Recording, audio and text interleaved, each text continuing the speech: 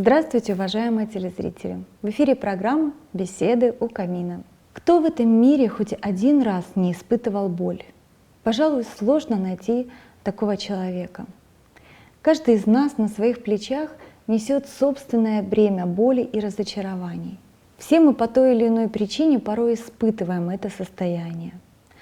Этот момент, когда внутри все сжимается, не хватает дыхания и сердце, кажется, разорвется на части, происходит рано или поздно со всеми. И как бы мы ни пытались заглушить боль, она никуда не уходит. Старая поговорка гласит: «Время лечит». Нам советуют крепиться, надеть на лицо улыбку и ждать, пока время не облегчит нашу боль.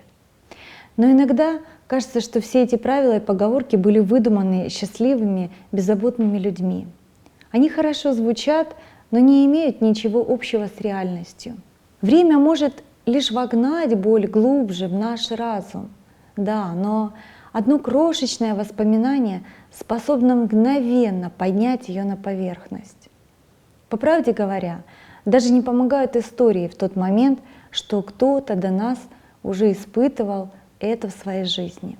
По статистике, самую большую боль мы испытываем от близких нам людей, от тех, которым мы открыли свое сердце, посвятили часть своей жизни, отдали все самое ценное. Как правило, родители испытывают боль от детей, влюбленные от своих любимых, друзья от предательства близких друзей.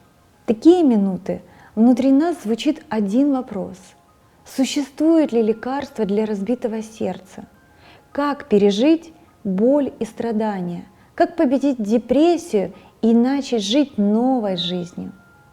Конечно, если вы верующий человек, то внутри вы знаете, что только Бог способен исцелить вас от всей боли. И еще очень важно помнить о нескольких советах в таких ситуациях. Прежде всего, не пытайтесь выяснить, почему вам сделали больно. Это характерная черта человека. Но то, были ли вы правы или нет, в данный момент не имеет никакого значения. Гораздо важнее, как учила мать Тереза, разочаровавшись в одном человеке, не наказывать другого. Все люди разные, не стоит терять способность доверять, верить и любить.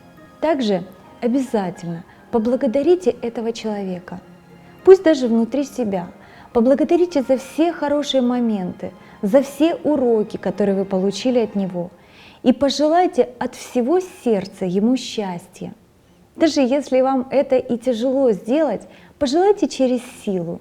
Вы увидите, как совсем скоро боль от обиды начнет отступать. Еще один совет. Если боль становится невыносимой, закройтесь в своей комнате и поплачьте. Слезы тоже способны приносить человеку утешение.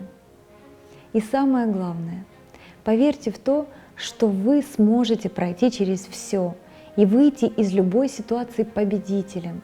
Жизнь продолжается. И она заключается в том, чтобы, несмотря на горе и боль, иметь способность продвигаться вперед день за днем.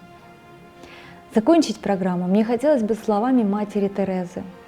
Бог посылает нам испытания, чтобы мы, преодолевая их, укреплялись, а не отчаивались. Я желаю нам всем, чтобы в один день слезы боли были обращены в слезы радости. Будьте счастливы сегодня и всегда.